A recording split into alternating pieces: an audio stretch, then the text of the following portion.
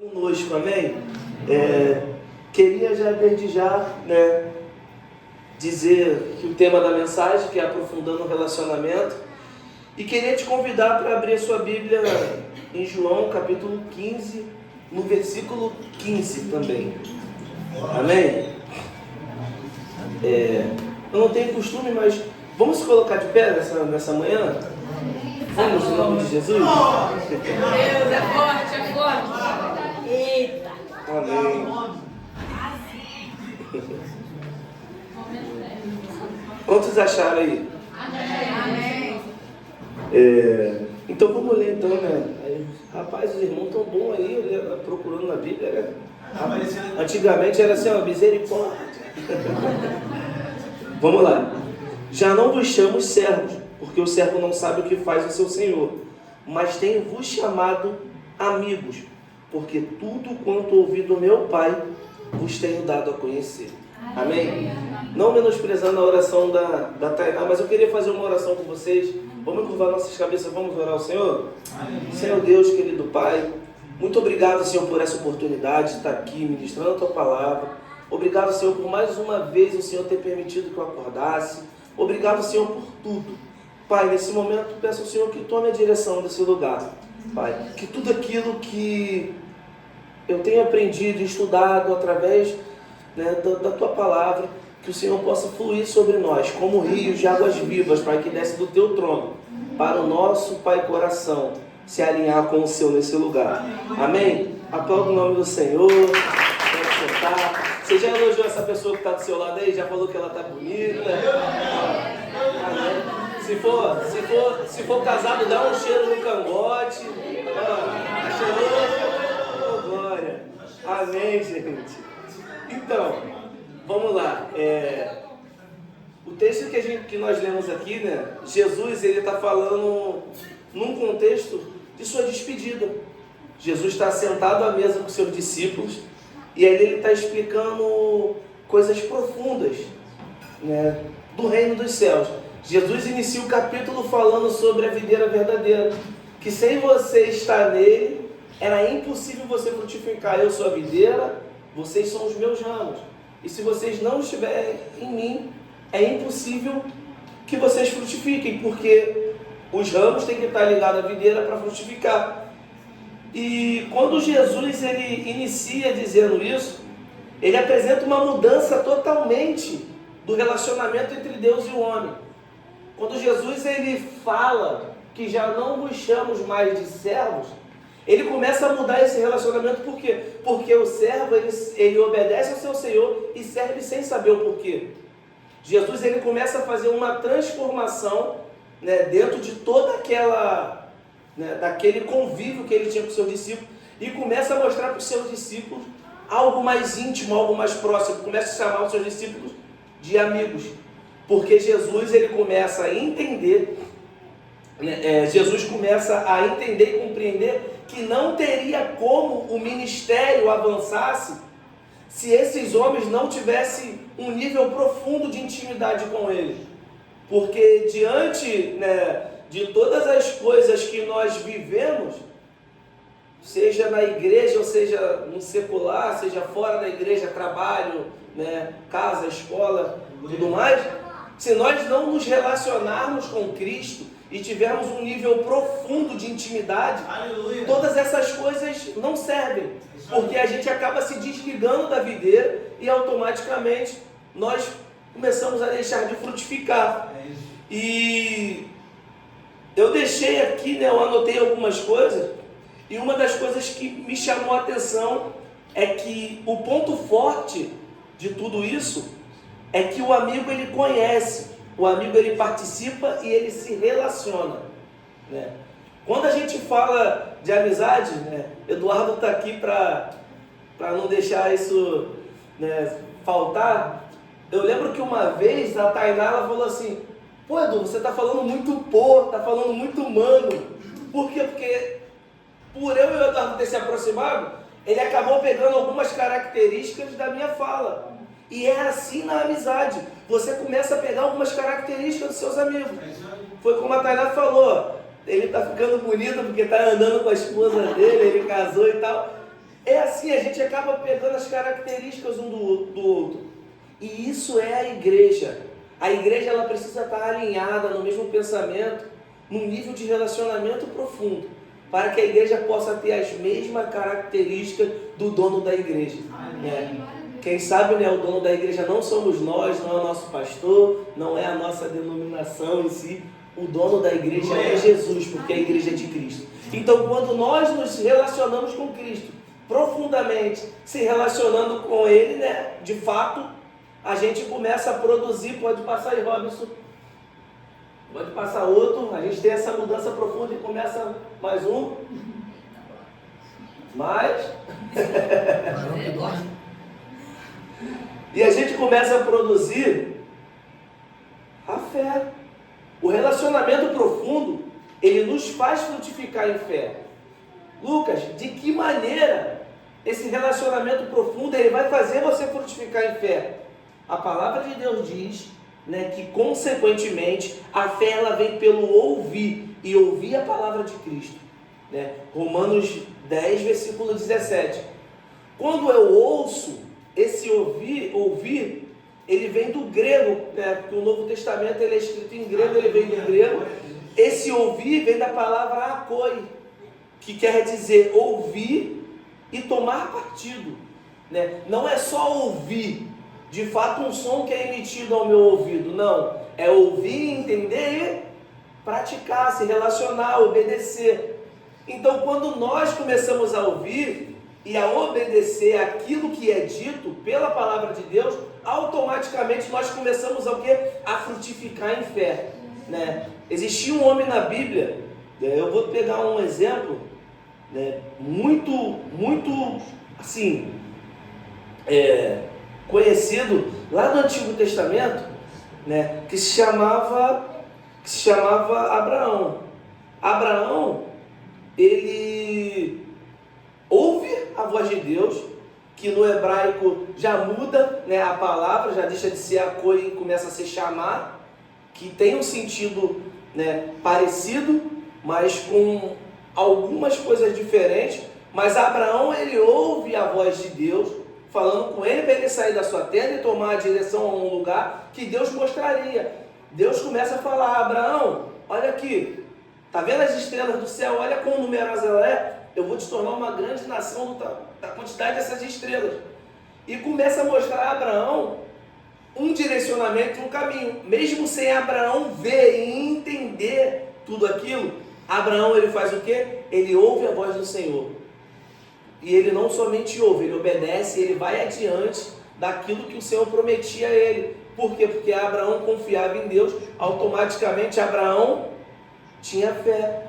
E quando, né, a gente passa por esse sentido dessa palavra ouvir e obedecer, é o mesmo sentido que está aqui, ó, que está aqui em Lucas, né, 8,15, né? E as sementes caíram em toda boa terra, aquelas pessoas que ouvem, aquelas pessoas que acolhem, né, e guardam, né, a palavra, a mensagem no seu coração, bem obediente, e porque são fiéis, produzem frutos. Então, automaticamente, quando nós ouvimos e entendemos, né, porque quando eu só ouço e o som passa e não vem como nada, eu não me relaciono. Mas quando eu ouço e entendo e eu começo a trocar esse diálogo, eu começo a entender de forma consciente, isso começa a me fazer produzir. E o interessante é que a fé, né, ela é fruto de um relacionamento com Deus, porque quando eu me relaciono com Ele, eu não só escuto, eu também ponho em prática todo o ensinamento, né? E um relacionamento profundo, ele também nos faz frutificar em obediência. No capítulo 15, Jesus continua falando sobre obediência, a ponto de dizer que se alguém permanece em mim, alguém que não permanece em mim, será lançado fora, à semelhança do ramo, e secará, e o apanharão, e lançarão no fogo, e o queimarão. Jesus ele começa a endurecer com os seus discípulos nessa hora ali que ele está conversando, porque ele precisava passar para aqueles homens que ele sairia dali, que ele trocaria, né, de lugar, ele sairia, deixaria a terra, iria ao céu, e os discípulos precisavam continuar com aquilo que ele tinha ensinado. Então eles precisavam entender que a obediência, ela era o princípio de todas as coisas. Porque se a gente começar a puxar lá no Antigo Testamento, quando o homem ele cai dentro do jardim, foi por desobediência. Deus ordena, olha, tá vendo aquela árvore do meio do jardim? Eu quero que vocês não toquem nela, vocês têm tudo para tocar, mas não toquem nela. O que o homem faz? Vai na árvore do meio do jardim. Então a desobediência, ela faz com que o homem caia. Então Jesus ele começa a mostrar toda os seus discípulos falando, cara, eu preciso que vocês acolhem, que vocês me ouçam, que vocês me obedeçam. Glória a Deus. Né? Porque senão, duramente seria lançado ao fogo. Mas deixando bem claro que o sentido dos seus ensinamentos, ele era real, para que as pessoas pudessem entender que o ouvir, né, o ouvir a palavra de Deus era um sentido para eles se relacionarem, não somente um som emitido, mas quem acolhe, né, que ouve, que pratica, que exerce. Jesus ele deixa aqui, né, na sequência do capítulo, dizendo, nisto é glorificado meu Pai, em que deis muitos frutos, e assim vos tornareis meus discípulos, como o Pai me amou, e também eu vos amei. Permanecei no meu amor. Né? A obediência, ela caminha com o cumprimento do chamado. A gente vai ver nesse mesmo personagem, que é citado como pai da fé, Abraão. Abraão, ele passa por todas essas coisas, ele ouve a voz de Deus, sai da sua tenda, da sua parentela, vai para o lugar que Deus mostrou, mas a promessa ainda não tinha se cumprido na vida de Abraão. Abraão vai lá, ele com 100 anos, ele e Sara se relacionam e tem Isaac. Só que aí, o interessante é que a história ela não acaba aqui, né? Ali a história começa, porque Isaac começa verdadeiramente a história de Abraão. Porque quando Deus pede Isaac em sacrifício, Abraão ele só faz a única coisa que Abraão faz é obedecer. A obediência de Abraão foi o verdadeiro sentido dele poder estar caminhando em direção do chamado. Abraão ele obedece, ele leva, né? Isaac lá lá tinha o fogo, tinha a lenha, tinha o altar, mas não tinha sacrifício. Abraão simplesmente ele obedece e diz, Deus proverá. Porque, irmãos, é difícil, eu me imagino no lugar de Abraão, tá? Não estou falando que é fácil. Mas ele decide obedecer porque ele confiava no Deus que ele servia. Então, automaticamente, a gente entende que a obediência, ela vai caminhar junto com o cumprimento do chamado. Porque quando Abraão, ele obedece, Deus começa a cumprir na vida dele tudo aquilo que ele tinha prometido. E aí ele se multiplica, aí ele dá origem a essa grande nação, que é Israel. O relacionamento profundo, ele vai revelar o amor de Cristo. A gente vai ver que dentro de todo esse capítulo que Jesus está conversando com os seus discípulos ali, Jesus ele começa a falar profundamente sobre o seu amor.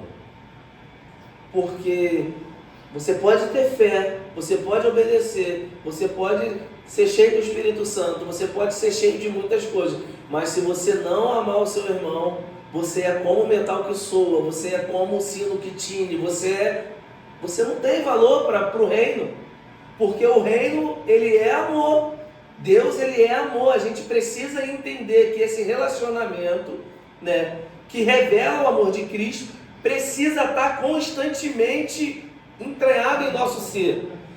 E quando a gente começa a falar sobre revelar o amor, eu peguei um exemplo, né, de uma mulher que foi pega no ato de adultério. Essa mulher, né, a lei mandava apedrejar, pessoa que fosse pega no ato. E essa mulher foi pega nesse ato. Então, Jesus está sentado lá, escrevendo na areia. Os fariseus trazem essa mulher a Jesus e falam: mestre, essa mulher aqui foi pega em adultério. A lei manda que a gente apedreja, que a gente mate. Jesus, ele continua ali. Ele fala: aquele que não tem pecado, que atire a primeira pedra. Jesus não tinha pecado, Jesus podia pegar uma pedra e tacar nela. Jesus, ele podia matar aquela mulher. Mas se Jesus fizesse isso, ele estava negando o seu propósito. Isso aí. Porque se todas as vezes que um pecador chegar até nós e nós rejeitarmos ele, nós estamos negando o nosso propósito. Nós estamos negando a cruz de Cristo. Então, quando Jesus, ele decide, e chegando lá no versículo final, né, desse contexto, ele fala assim: mulheres, aonde estão os teus acusadores? Também eu não te acuso, vai e não peques mais. Então, diante de toda essa, né, essa experiência, essa circunstância que essa mulher teve com Cristo, eu acredito que ela se sentiu amada, porque nunca tinha sido visto isso antes. Jesus, ele começa a cumprir, revelar o seu amor à vida dos pecadores, fazendo com que eles pudessem entender que o amor era para todos, que a salvação era para todos, que Jesus veio para todos. Então, quando Jesus, ele explica isso aos seus discípulos, ele estava querendo dizer que não amar o próximo era negar a cruz. E negar a cruz é você negar o propósito. Mas agora, aquele que acolhe, aquele que ouve, aquele que segue, que obedece, né, ele tem vida com Deus. E amar o próximo é ter vida com Deus. Jesus diz, né, no versículo 15, o 13 e o 14: o meu mandamento é este, que vós ameis uns aos outros, assim como eu vos amei. Ninguém tem maior amor do que este, de dar a própria vida em favor dos seus amigos. Vós sois meus amigos, e fazeis tudo o que eu vos mando. Ser amigo de Cristo, ser chamado amigo de Cristo, cara, é algo surreal. É algo surreal. Porque como que se inicia uma amizade? Eu, por exemplo, né, quando eu comecei a conhecer a minha esposa, a gente conversava e ficava horas no telefone. Era bom, coisa boa, né? Quem é casado sabe como que é bom conversar com a gente lá, né? Aquela paixão, coisa boa. Então a gente conversava do caramba, era bom, era de fato muito bom. Mas na medida que nós fomos estreitando os relacionamentos, conhecendo um ao outro, teve uma vez, só para você entender, teve uma vez que algumas pessoas vieram falar assim: cara, você vai namorar com Laura? Laura é isso, Laura é aquilo. Eu, cara, tudo que a Laura fez no passado dela eu sei. Por quê? Porque eu conversei com ela. Não precisou ninguém me contar quem era a Laura. Ninguém precisou contar para a Laura quem eu era. O Lucas foi isso, foi por quê? Porque durante aquele período que a gente estava se conhecendo, nós conversamos, nós contamos nossa vida um para o outro. E isso são coisas que o quê? Que o casal, ele automaticamente, eles conversam, por quê? Porque eles se relacionam. E dentro de uma amizade, isso funciona da mesma maneira. Você senta com o teu amigo aqui e tal, com o teu discípulo, com o teu discipulador, você senta com ele e você troca ideia, cara. Você vai: ô meu amigo, como que você tá? Prazer, qual é seu nome? E por aí vai adiante. Ele: pô, estou passando por isso, preciso de ajuda. E vocês vão trocando, um vai ajudando o outro, e vai crescendo, e esse vínculo, essa amizade vai crescendo até que chega num momento que essa amizade, ela começa a te pedir provas. E não é voluntariamente, não é porque quer que peça provas, não. É involuntariamente, a amizade, ela começa a te pedir provas. Às vezes é uma situação difícil que você está passando, uma situação difícil que seu amigo está passando, e ele precisa da tua mão, ele precisa do teu braço, ele precisa que você o abrace, ele precisa... Mas para que o seu amigo, ele saiba dessas coisas, ele precisa que você diga. E qual é a melhor forma de dizer? Conversando. Não existe forma melhor de se relacionar do que o diálogo. Mas é por isso que dentro da mensagem, dentro, dessa pequena introdução, eu queria trazer um pouco sobre esse diálogo, de se relacionar com Deus profundamente. É porque muitas das vezes a gente quer um relacionamento e a gente esquece de se relacionar de fato. Cara, quanto tempo a gente não... Eu vou falar por mim, tá, gente? Eu não vou falar por ninguém aqui, vou falar por mim. Quanto tempo que eu não acordo de madrugada para orar? A oração é o momento que a gente mais se relaciona com Deus. Não é o louvor, tocar, cantar, afinado, ministrar, pregar aqui. Não. O relacionamento com Deus, ele vem de diálogo, de dia a dia, de vida com Deus.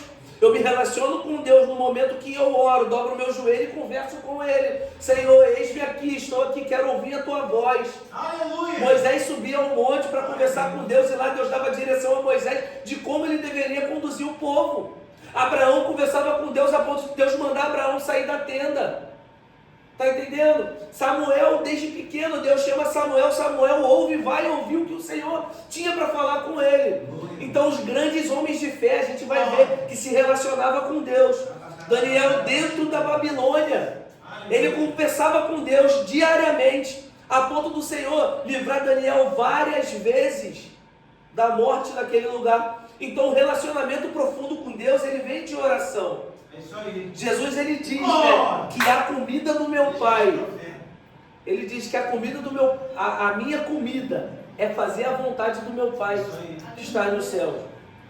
Mas como que você faz a vontade de Deus se você não se relaciona com Ele? Se você não ora, se você não acorda mais, não está com os ouvidos atentos para ouvir a voz do Senhor? Então é necessário que a gente passe a ter uma vida de relacionamento.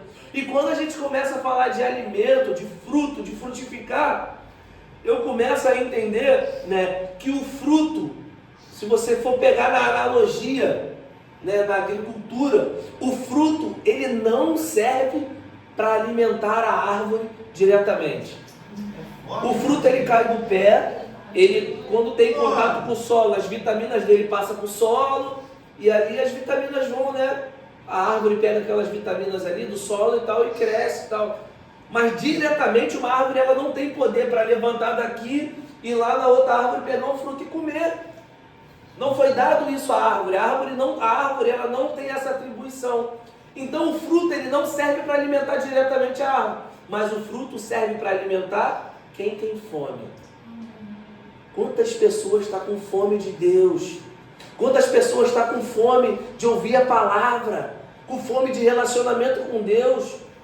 E nós, muitas das vezes, temos negado esse relacionamento, achando que está aqui cantando, louvando, ministrando, pregando, dentro do grupo de vida, toda quarta e quinta-feira, achando que isso vai alimentar quem tem fome. Não. O que vai alimentar quem tem fome é a maneira que eu me relaciono com Deus, e eu começo a entender que eu quero conhecer a Cristo tão profundamente, a ponto de que fazer com que Cristo seja conhecido de todos.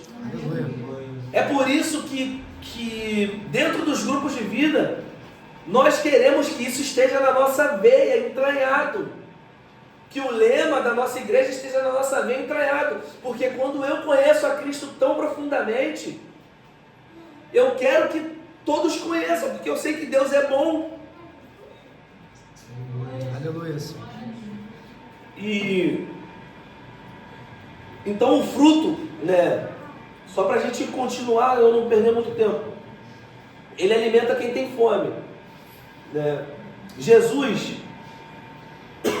ele teve fome, ele sentiu fome num certo momento, e ele foi procurar o fruto numa figueira. Antes dele entrar lá em Jerusalém, ele foi procurar o fruto numa figueira. Só que a Bíblia é bem clara em dizer que essa figueira ela não tinha nada. ela só tinha folhas, ela não tinha fruto nenhum.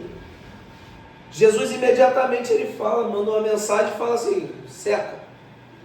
Os discípulos ficaram meio que atemorizados, como assim, pô, não era nem época de figo, né? A Bíblia ela é bem clara em dizer que não era época de figo, não era época daquela árvore frutificar. Jesus manda secar e aquela árvore seca. O sentido de Jesus fazer isso era simples e objetivo. Jesus ele queria mostrar para os seus discípulos que ele não falava da agricultura.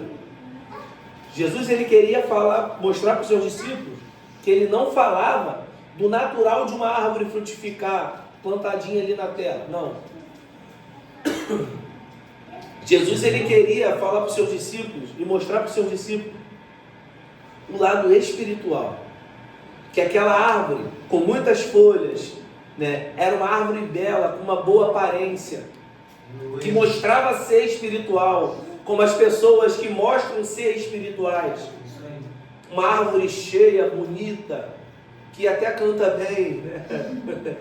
Não é para vocês não, meninos. Só porque eu canto mal, né? Brincadeira.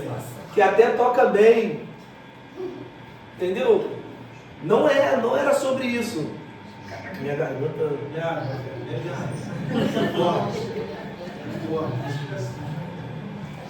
Não consigo, minha garganta toda vez dá vontade possível. Então Jesus ele começa a mostrar o seu discípulo que a importância de fato não era ficar como os fariseus que se diziam santos, não era ficar como com aquelas longas franjas. Não, de fato não. Ele queria mostrar que era necessário que eles frutificassem, para que eles voltassem a estar ligados os ramos, estar ligado na videira. E quando a gente fala sobre o fruto que é alimento próximo, a gente começa a falar de vida com Deus.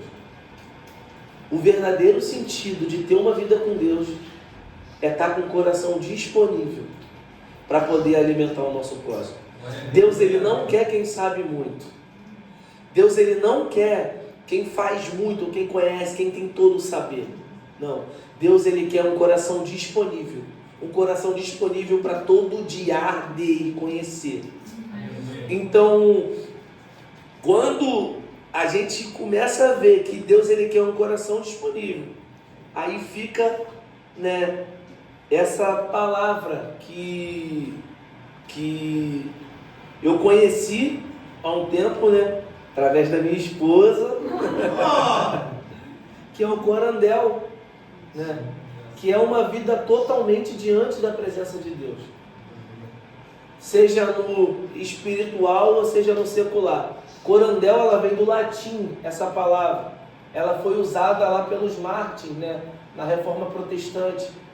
E ter uma vida totalmente diante de Deus, ela não te abrange só nesse ambiente aqui da igreja, ambiente de grupo de vida, não. É uma vida totalmente mesmo. Seja no teu trabalho, na tua escola, seja em qualquer lugar. É uma vida totalmente, de fato, diante de Deus. Vivendo com Deus, na presença dele.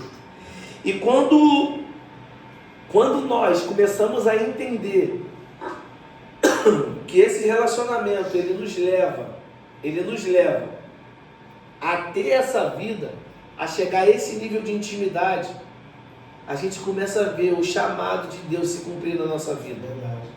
Eu acredito que aqui em Maria Paula tem uma igreja que Deus está cumprindo o chamado. Eu acredito que em Maria Paula tem pessoas que estão se dedicando e têm buscado ao Senhor, têm orado e vivido coisas maravilhosas na presença de Deus. Mas é preciso que isso cresça cada vez mais no nosso coração. Que isso faça parte, como a pele faz parte do nosso corpo. Isso faça parte de nós. Para que a gente possa crescer em conhecimento, crescer em plenitude, crescer em graça. Porque todo amor que foi derramado na cruz, todo amor, ele não foi só para um e para outros, não. Todo amor foi para todos. Jesus morreu para todos. Então, dentro disso tudo, né, que nós começamos a entender e a viver e de fato ouvir com a palavra akoi, a gente precisa pôr em prática da mesma maneira que essa palavra ela diz, né? Akoi, ouvir, tomar partido, como uma mãe diz para o seu filho: ei, já pegou aquilo ali? Né? A mãe, ela está dizendo assim, quem é mãe aí sabe, né? Já pegou aquilo ali? Pô, quando minha mãe falava assim, já pegou aquilo ali, eu já tinha que estar com o negócio na mão, senão o chinelo voava. Então é dessa mesma maneira que Deus ele quer dizer: ei, ouve a minha palavra, mas é para tu estar ouvindo e, caraca, tem que fazer isso aqui, porque Deus está mandando fazer isso aqui. Porque se de fato a gente ouvir a palavra do Senhor da maneira que Deus manda e a gente se aprofundar em se relacionar com Ele, eu creio que em nome de Jesus, de fato, nós não teremos mais uma vida rasa, nós teremos uma vida aprofundada, e os relacionamentos se espalharão como raízes e crescerão dentro de vocês e começarão a frutificar. E a gente vai começar, e Maria Paula começa a crescer, as células começam a multiplicar, aí a gente sai de Cavalcante, vai para outro condomínio e começa e vai se expandindo, até a maneira que chega ao propósito e cumpre, né? Que até que o Senhor venha. Eu já estou terminando, né? Simples, objetivo. Eu queria te pedir para se colocar de pé.